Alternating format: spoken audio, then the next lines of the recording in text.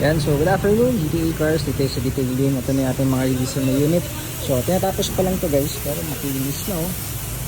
Diba? Pero hindi pa tapos yan ah. May mga, ano pa yung mga residues, so tatapusin pa yan. At ito ang ating 2019 Ford EcoSport na top of the line. Ayan yung loob, tapos pala yung loob. So, yung labas na lang yung kulang. So, ito is color white. Hindi siya EcoBoost pero top of the line. May sunroof yan and push start. So, sold na ito guys. Tinatapos na lang natin detailing para pogi ang EcoSport. Ayan. Tapos, may isa pa tayo doon, yun o, Black Edition. Yung tinatapos na rin. Ayan. So, ito is sold na rin guys. 2017 Ford EcoSport na trend variant automatic pero Black Edition. So, color black nuts, Black Edition pa. Kaya, para siyang all black sports na black. Black yung headlights, yan yung loob, yan yung malalaman nyo na original yung pagka black edition niya. Kasi ito, pwede nyo naman tong paggawa sa labas. Yan. So yan, yung inner ng headlights, instead na chrome, color black. So syempre black yung mags, pang titanium, yun yung kapag black edition. So yan, tinatapos na rin itong Poging EcoSport. Ayan, check natin yung loob. Ay, yung loob pala is hindi pa tapos. So yan, tinatapos na rin. Ayun yung steel nila dun sa likod. So yan guys, kasama yan sa lahat ng mga process na ginagawa natin sa mga unit. At yung final step natin. So tapos na ito lahat. Transmission, timing belt, cooling system, tapos na yan. So ito yung final process natin bago i-release yung mga unit. So kasama po yan. Ayun, so abangan nyo to. Ito pala yung mga upuan, hindi ko pala napansin.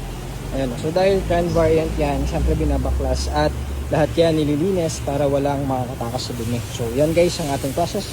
And ito is waiting na lang sa kanyang owner. So shoutout kina sir na nasa barko. Si sir nasa barko, so waiting na lang itong Ford Everest niya. Hindi pa natin pinapa-detail to kasi nga wala pa silang final date, wala pa silang final approved ticket. So para saka na natin ipag-go to kapag pauwi na sila. So yan ang ating, ito naman is 2016 Ford Everest Trend automatic transmission pero naka-titanium mags kaya pogi. So ito is sold na rin to guys. Ayan.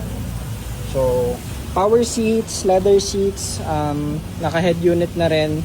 So ang mileage to, original mileage guys is 68,000 lang. Scan and check yan. So syempre 7-seater diesel engine. Napakatipid nito sa konsumo guys, 2.2 engine. Ayan. Magre-restock pa tayo nito kasi sold out na yung Everest natin. Naka-upgraded na rin yung grill. Ayan. So ito rin, meron tayong red dito. Ito guys, sold na to dinala lang muna natin dito kasi puno tayo sa garahe. So extra parking, tsaka pina-cleaning muna natin para makita yung mga for paint. Kaka-reserve lang nito guys the other day. May mga few scratches, may minimal dents. So dadali na muna natin to sa paint shop. Ayan. So yun yung mga kasama guys. Ito yung final step. Ito, sa first step pa lang, unahin na natin yung sa paint nito. Tapos yung mga cooling system, ganyan, ABS. Pero actually, wala namang issue to guys. Ayan, color red. Pero yun yung process natin, dadaan ko sa step by step. So, yan po ang update. Ayan o, sorry, malinis pa yung loob, maganda. Ang mileage niya ay, medyo mataas na to guys, 115,000. Pero malinis pa rin, may plastic pa yung So, alaga naman to ng first owner. So, syempre, full refresh naman tayo dito. Actually, wala nga issue to. Pero refresh pa rin tayo dyan. Kasi nga 100 plus na yung mileage. So check tayo everything dyan. Siyempre transmission yan, pati mga timing belt, cooling system, pang ilalim lahat kasama yan. Una natin to sa paint shop para ma-process na at gumagalaw. Ayun, so yun muna guys. Good morning, good afternoon na pala. Okay, cars.